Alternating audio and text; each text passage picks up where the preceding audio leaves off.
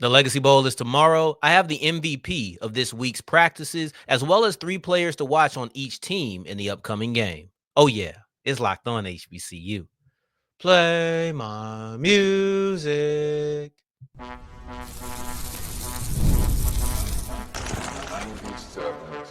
You are Locked On HBCU, your daily podcast covering HBCU sports.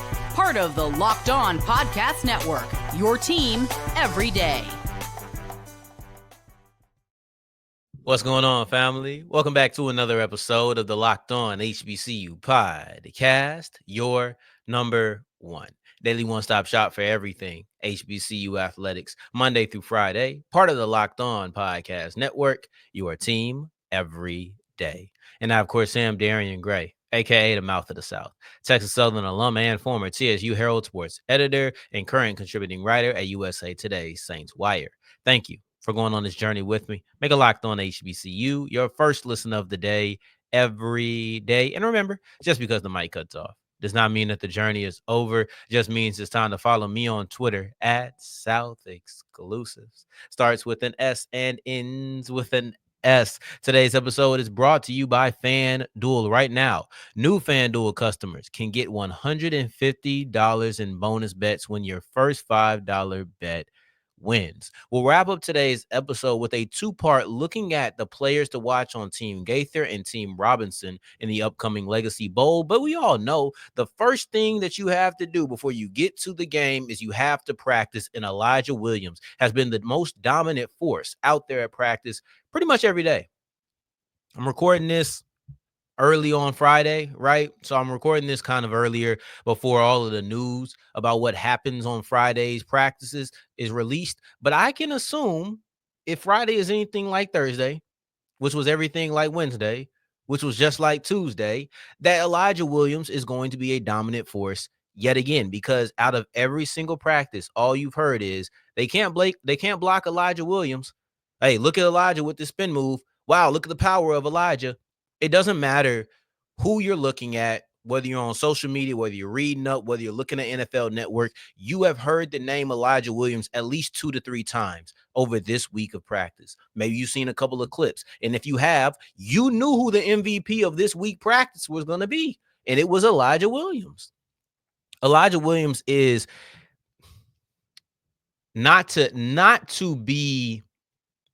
take it to a different, place, but watching and hearing about Elijah Williams's domination at the HBCU Legacy Bowl is kind of bittersweet. Yes, you have 32 scouts who are out there and they are seeing him dominate. However, at the same time, the biggest flaw, or the biggest critique, I should say, that's probably the best way to put it. The biggest critique used against HBCU athletes is the strength of competition. So watching him do this to other HBCU players, it reinforces the tape. But I would have loved to see him at a Shrine Bowl and doing just half of this. And I think that he was completely capable. And I think he was completely deserving of being out there on that stage. It would have at least erased the whole strength of competition that people like to use against HBCU athletes. Elijah Williams is a dominant force who has experience lining up at multiple positions, and he's showcasing that experience today, or excuse me, just really today, Thursday, Friday, all of the days, man. Practice. He's explaining, or excuse me, he's showcasing what he's been able to do over 4 years over the course of 4 days. And I think that's the beautiful part. Elijah Williams is showcasing over the course of 4 days in front of all of the NFL scouts who are present what you have seen on tape for 4 years.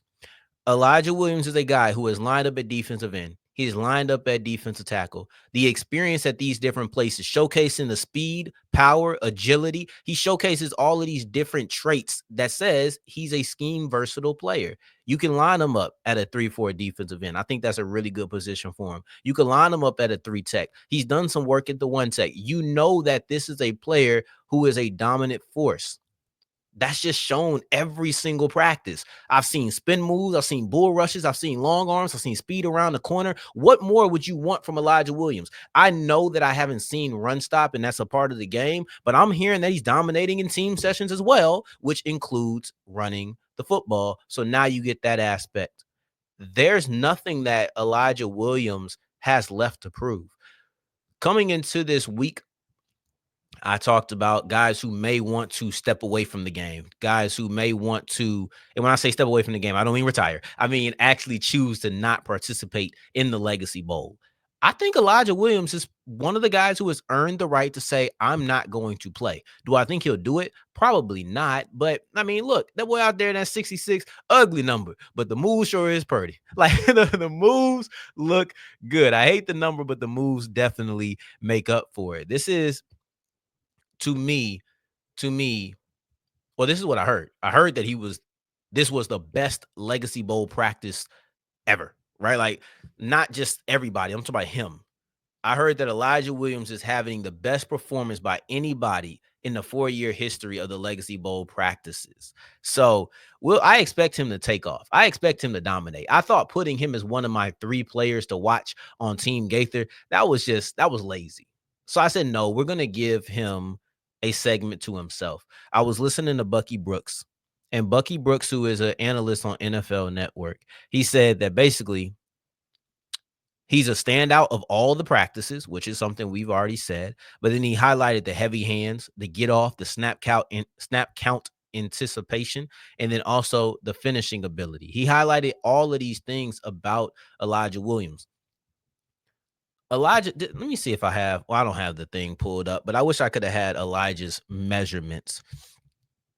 Let's see if I can get that real quick to really tell a full picture of what it is that Elijah or brings to the table, in addition to being able to rush the passer, right? Like in addition to his game tape, also just size wise. I don't have it right now, but that's okay. That's just, it is what it is at that point. Yeah, no, I don't have his size on here, but that's not an important thing. The important thing is the game tape. But I thought that illustrating his weight would give you an idea of why he's so versatile in the NFL as well, because his size doesn't matter. Just understand he has the size to match a lot of things. In addition to Elijah Williams being a standout, before we get into specific players, I just wanted to kind of highlight the fact that I have 2 to 3 things that I'm looking for. One, better offense. I want to see if the quarterbacks are able to be better this year. I think that we have a really good lineup of quarterbacks, specifically on Team Gaither, because you have Draylon Ellis and you have Eric Phoenix. But I want to see if we get better quarterback play in 2025, because it was bad last year. I'm going to be very clear. Quarterback play was bad last year in the Legacy Bowl. And I don't really remember who was out there. I do know that Davius Richard got injured, and that obviously changed things. And I think we have a different conversation if he doesn't get hurt, but he did. And I don't remember who came in after him, but I don't really remember enjoying whoever that was. But I want to see if we get better quarterback play, better offense. And part of that is the fact that defensive lines have dominated pretty much every year. Pretty much every year, you're going to get a dominant defensive line performance, whether it's by individual, whether it's by a collection, a unit, whatever. Defensive lines always win. And when that happens, it's just difficult for offense to get going, specifically running back. See, here's the thing is the running back talent in this game is very high. You have guys like Byers, guys like Hunter, guys like Mulligan, Sutton. You have Donovan Eaglin. Like, you have talent on this roster. This game is going to be high in running back talent, but I don't know if they'll have an opportunity to do anything. So those are 2 things, and I'm really looking forward to quarterback wise, just really offense. Let's just sum it up into one. Can we get points on the board? The thing that I'm looking for, forget individual players, forget all of that. What I want to see is, can we get 2 teams in the double digits? I love defensive football as much as the next man. But in these all-star games, you begin to get a little redundant. It gets a little bit boring because you're not really looking for wins and losses. So you're looking for players to stand out. I want to see if we have some offensive standouts and enough offensive standouts to where we can get both teams in double digits, something that hasn't happened since the first Legacy Bowl. Right? Like the first Legacy Bowl, you have some points on the board. These second and third ones, defensive line been crushing. Defensive line has been crushing. Anyway, let's get into some players to highlight. Players that I want to see how they perform. First off, with Team Gaither, which is made up of the MEAC, the CIAA, and then also the Independent. So let's get into that as we continue with Locked On HBCU. Today's episode is brought to you by FanDuel. And FanDuel is the official sports book of the Locked On Podcast Network and of the NBA. I know football season is over, but the NBA is running, right? Tonight, I will be at the Pelicans versus Mavericks game in Dallas. So I'm excited for that. Right now, the Mavericks are 5.5-point favorites, but it's not just about overall team. You can go to player points, you can go to player threes, right? Like you go to player threes, they got Kyrie Irving at minus 4,000 to make 1 3-pointer, right? If you go to the same game parlays, because I think that's a popular one as well, you have the combination of points, rebounds, and assists for Zion, 36.5. Trey Murphy, 32.5. CJ McCollum, 28.5. And then Kyrie, 38.5. Do you think that they're all going to hit the over? That's on points, rebounds, and assists. These are the things you can take care of when you go to fanduel.com. And if you're new to FanDuel, get $150 back in bonus bets when you win your first $5 bet. As we're wrapping up, as we continue rolling on today's episode of Locked on HBCU, I appreciate you for making this your first listen of the day. Every day for your second listen, make sure you're checking out Locked On Today, which is the biggest stories all around the sports world. Doesn't matter if it's basketball, football, tennis.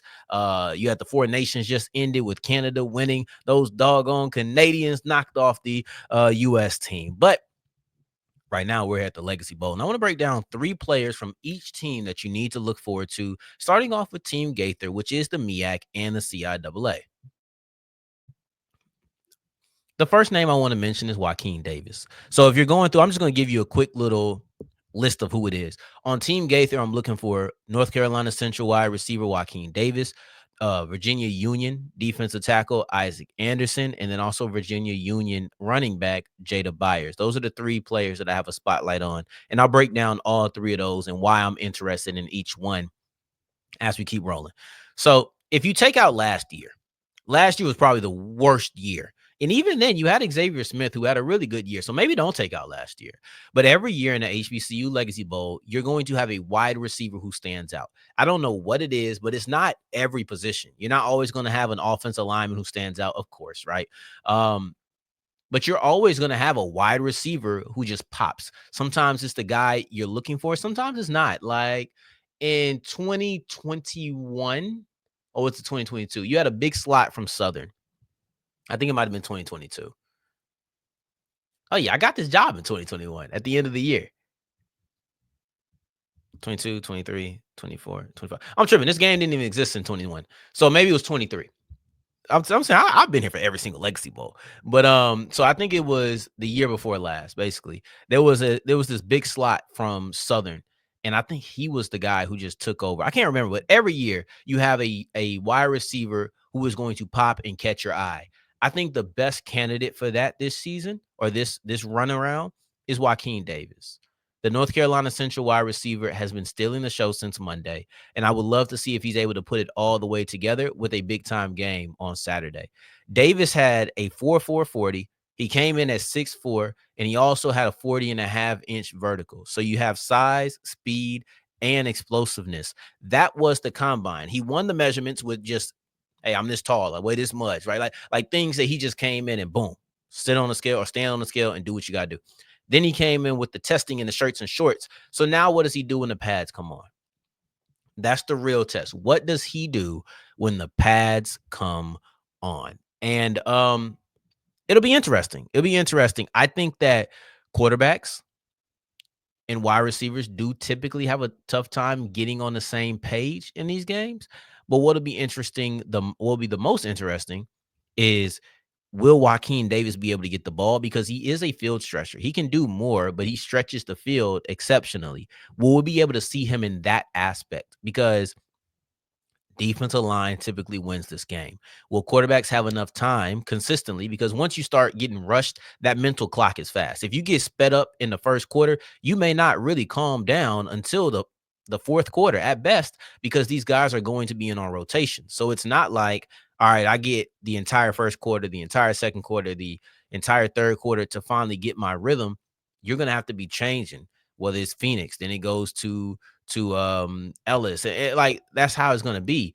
I'll be interested to see if you give Joaquin Davis the opportunity to really be who he is. Then next, Virginia Union defensive tackle Isaac Anderson, who was praised as a standout and a dominant force during the week. Whether it was on, I think it was on Thursday.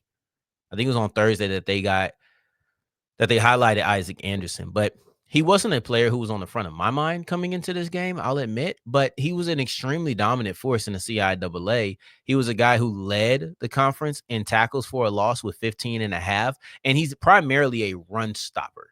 So he had 15 and a half tackles for a loss, but only 3 sacks. And it was kind of like that the year prior where he had 14 tackles for a loss, 4.5 sacks. So that was a little bit more even because I'm pretty sure the sack numbers go into your tackle for a loss. So you're looking at 4.5 to 9. But at the same time, this year, 15 tackles for a loss, 3 sacks. At best, that's 12 TFLs compared to 3 sacks. So he's really a run stopping guy. And I'll be watching that person as someone outside of Elijah Williams who could really shoot through the gap and be the defensive line player that we are caught off guard by. But I fully expect Elijah Williams to be your defensive MVP. I will try to come in after watching the game and highlight other players who I thought did a really good job. It probably won't be a cornerback unless a cornerback gets an interception and a couple of pass deflections, only because I'll be on the broadcast copy and I won't be able to see sticky coverage. Then next you have Jada Byers, and Jada Byers ran a 4.84. That was disappointing to me. I want to see him catch the football. I would like to see him do some return stuff. Like, I think I would like to see that because I think it's good for him at his stature. But at the end of the day, there was a clip that was posted, and I think his coach commented and said play speed versus basically 40 speed is different. I want to see that showcased because I had somebody tell me that the 40 you get is just stuck to your name, especially when it's the first 40. Doesn't matter if you come in and you improve on it. The 40 that you run first, that is publicized first, is the 40 that they're going to stick with you. So now the idea is Jada Byers is a 4.8 player. A short 4.8 player is not that it's not that attractive to a lot of coaches. But if that guy doesn't look like a 4.8 on the field, because he's had big carries, right? Like, but if he looks like more of a 4.6 on the field, that may change some things. Looks like a 4.5 on the field, that may change some things. But that's why I'll be looking at him, just because I think the pressure kind of got on him. I do. I think that after running that 40-yard dash with a bad number, you had to show up and dominate on the field. And it seems like he has. It seems as if his personality is shining and just those intangibles are present. But at the same time, you got to cap it off with a big time game because people are going to look at that number and remember it 484, 484, 484. You probably won't forget now. But now I want to keep pushing, and I want to go to Team Robinson, which is made up of the SWAC and the SIAC. I want to break down 3 players, and this time it is going to be one as a corner, even though I don't think that he'll win defensive MVP or anything like that. I want to highlight James Burgess and a couple of his SWAC compadres as we wrap up today's episode of Locked On HBCU.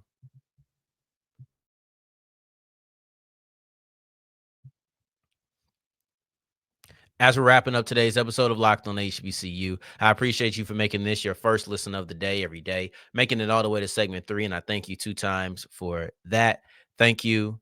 Thank you. We've broken down Elijah Williams, who I fully believe will be the defensive MVP as long as they let him keep playing. He's been the MVP of practice. He's been called the standout of every single practice. He's the guy who's getting the most social media tread. Like, this is a dominant force, and he's displayed it over the last couple of days at Legacy Bowl practice. But in addition to him, I want to break down 3 Team Gaither guys from the MEAC and CIAA that you should be looking out for. And this time on the Team Robinson list, it's all SWAC guys. I'm a SWAC guy, so maybe that has something to do with it. But I just felt wrong trying to. It's not that no one from the SIAC is deserving.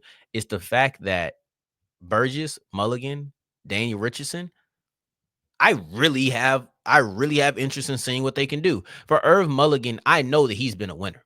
And no, I don't mean that he's coming off of a Celebration Bowl victory. I'm talking about the fact that he's won the measurements, he's won the testing.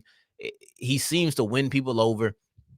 Irv Mulligan is a fantastic running back. Irv Mulligan came into the week of the Combine and Legacy Bowl practice with an elite game plan. I've shown you what I am. Matter of fact, you know who I am because you've been calling my phone. You've been trying to get in meetings, and everybody doesn't have meetings right away. Irv Mulligan is one of those guys who met with 15 and counting. Now I need to show you I can catch the football. Most people come into the combine and say, I want to show my long speed. I want to show my explosiveness. I want to show this, that, and the third. Most people approach the HBCU Legacy Bowl week of practice and say, all right, I want to reinforce what I've seen on tape, right? Like, that wasn't his goal. He didn't want to come in and show you I run a 4 whatever. He wanted to show you that I can catch the football during the drills. He didn't want to come in and be like, look at what kind of hard-nosed, good vision runner I am. He wanted to show you I can block linebackers. And I'll be looking for that.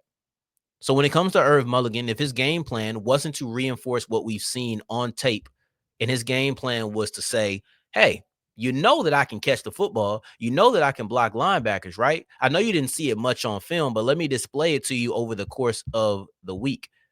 Now, when I get to watch the game, you better believe that I'm looking for his ability to catch out of the backfield, which with all of the pressure, I think is going to be good. You could see Irv Mulligan be used as a safety valve. You could see him pick up linebackers because they are going to probably send pressure. Actually, I think they might not be able to blitz.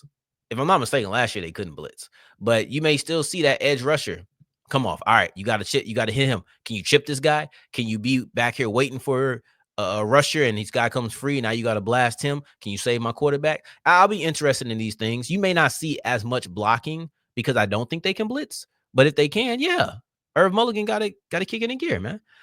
But also he's returning the football. So now we get to see him in punt returns, get to see him in kick returns. The easiest route for all of our HBCU players to an NFL roster is special teams. And easy, and talking about the NFL, obviously you got to use it with a certain grain of salt. But the point is, that is the route. That is how you get there. And I've never really thought about Irv Mulligan being a return specialist, but if he's showcasing that he can do it, this is the time to showcase so that you can get through the door and people already have a thought about you being there. It's not, what do I do with this guy? I forget to put him on special teams. No, I've shown a ceiling.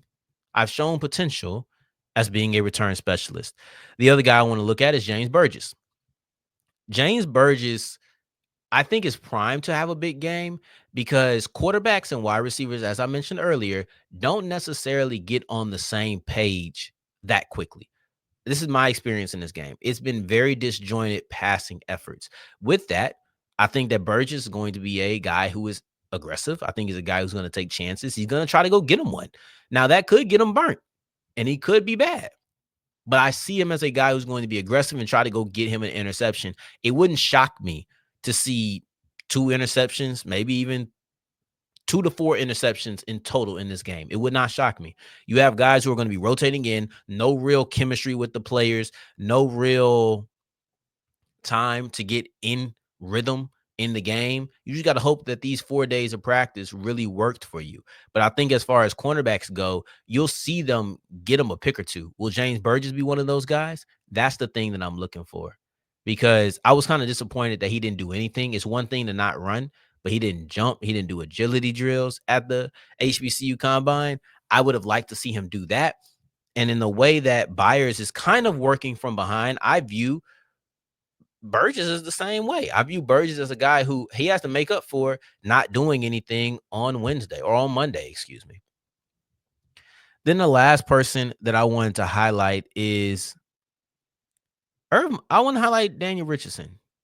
I wanted to highlight Daniel Richardson because he's the type of quarterback that I believe can lead Team Robinson to offensive success.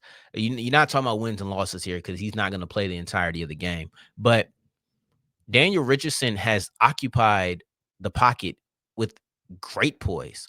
He's had to deal with players on his right side, left side. He's had to step up. He's had to shrug off. He's had to have great vision. I think that in a game in which you don't trust your offensive lineman, that's me personally. I don't trust the offensive lineman in this game because it just never works. Maybe one year it'll be great. But this, I'm going to have to see it first. I've never seen it. I think that you're going to have free rushers. Is Daniel Richardson going to be able to just slip the shoulder like he did against Norfolk State. Like, this is something that you've seen consistently. He's not fast. He ran like a 5 flat or something like that. He ran a bad time in the 40, but he's a quarterback who's going to be in the pocket. So who really cares? But what you've seen is elusiveness. It don't take the 40 and just make that the entire sphere of athleticism. It's not fair. It's not fair to say your 40-yard dash is your entire athleticism. Why I say it with a C so hard, but I want to see if he's able to.